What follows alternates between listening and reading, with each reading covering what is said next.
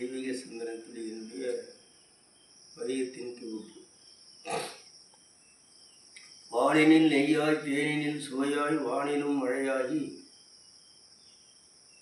ஊனுக்குள் உயிரும் உயிருக்குள் ஊனும் உண்டாக்கும் சத்தியமே.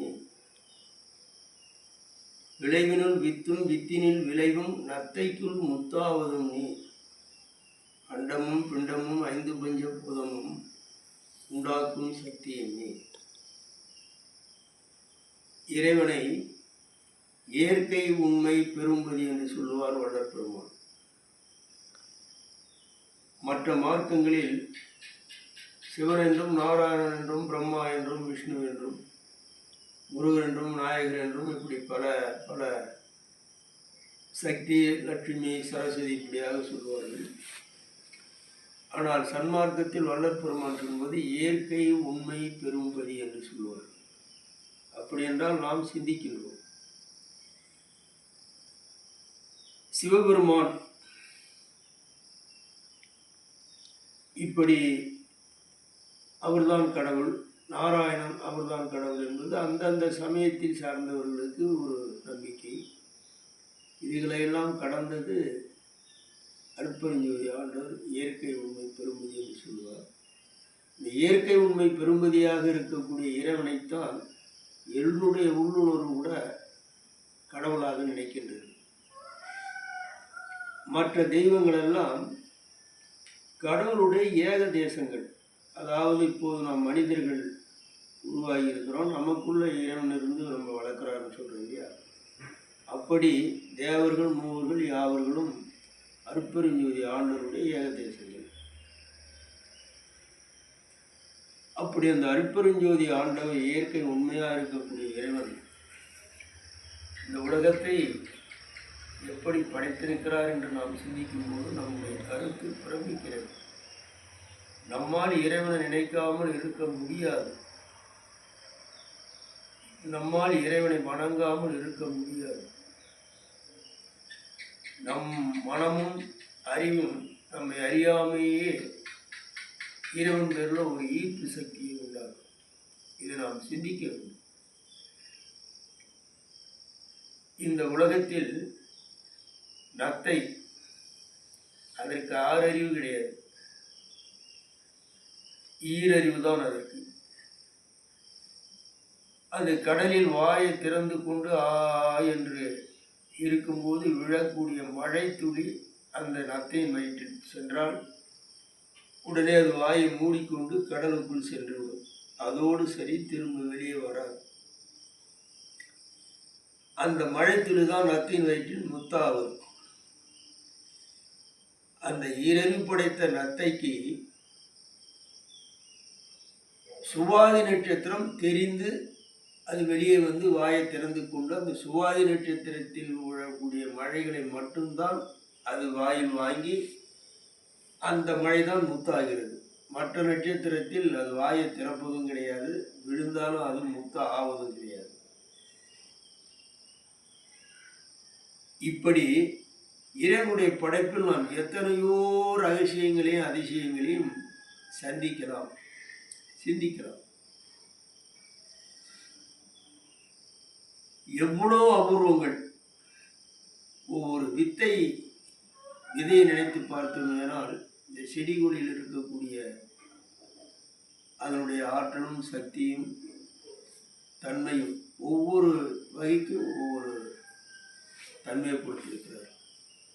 அப்படித்தான் வாளினில் நெய்யாகவும் தேனினில் சுவையாகவும் வானிலிருந்து மழையாகவும் எல்லாமே இறைவனாக பார்ப்பதுதான் சித்தர்கள், முனிவர்கள், யோகீஸ்வரர்கள், மகான்கள், ஞானிகளுடைய கணக்கு. ஆனால் அந்த நிலையை உணராத பக்தர்கள் என்ற நிலையில் இருக்கக்கூடிய மக்களோ பல வகையிலே நம்மை உருவாக்கிய அந்த இறைவனை, இந்த அண்டத்தை எல்லாம் உருவாக்கிய அந்த இறைவனை பிண்டமாக பிடித்து வைத்து பல வகையிலே பல ரூபங்களிலே அதை வணங்குவார்கள். அது பக்தி நிலை.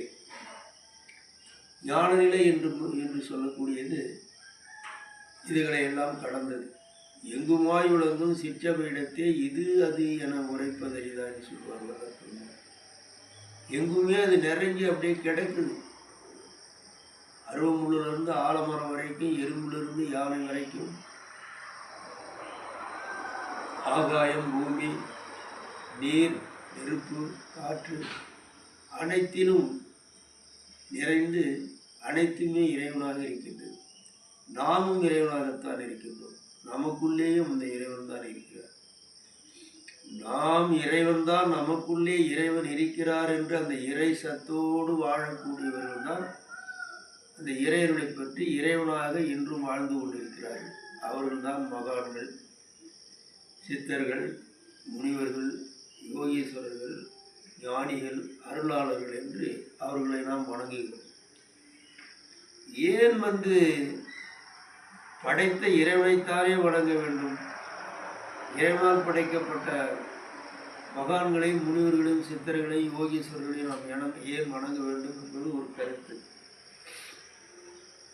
அது என்னை பொறுத்த வரைக்கும் கூட அனைத்து மகான்களையும் நான் வணங்குவேன், நினைப்பேன், மதிப்பேன், துதிப்பேன். காரணம் என்ன என்றால், புலன்களை அடக்கி உடம்பின் வழி செல்லாமல், மனதின் வழி செல்லாமல், இந்த உலக சுகங்களை, சிற்றின்பங்களை எல்லாம் வெறுத்து, ஆசாபாசத்தை ஒழித்து,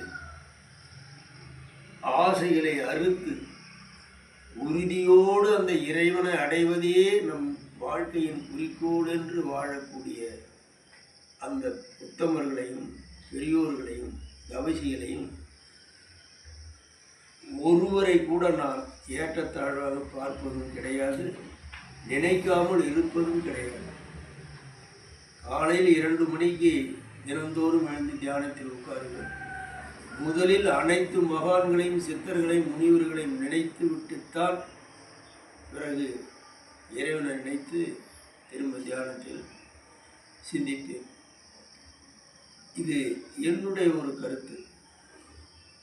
அந்த மகான்களே இறைவனாக, இறைவன் அவர்கள் மூலியத்தில் தான் நாம் கேட்டதையும் கொடுப்பார்.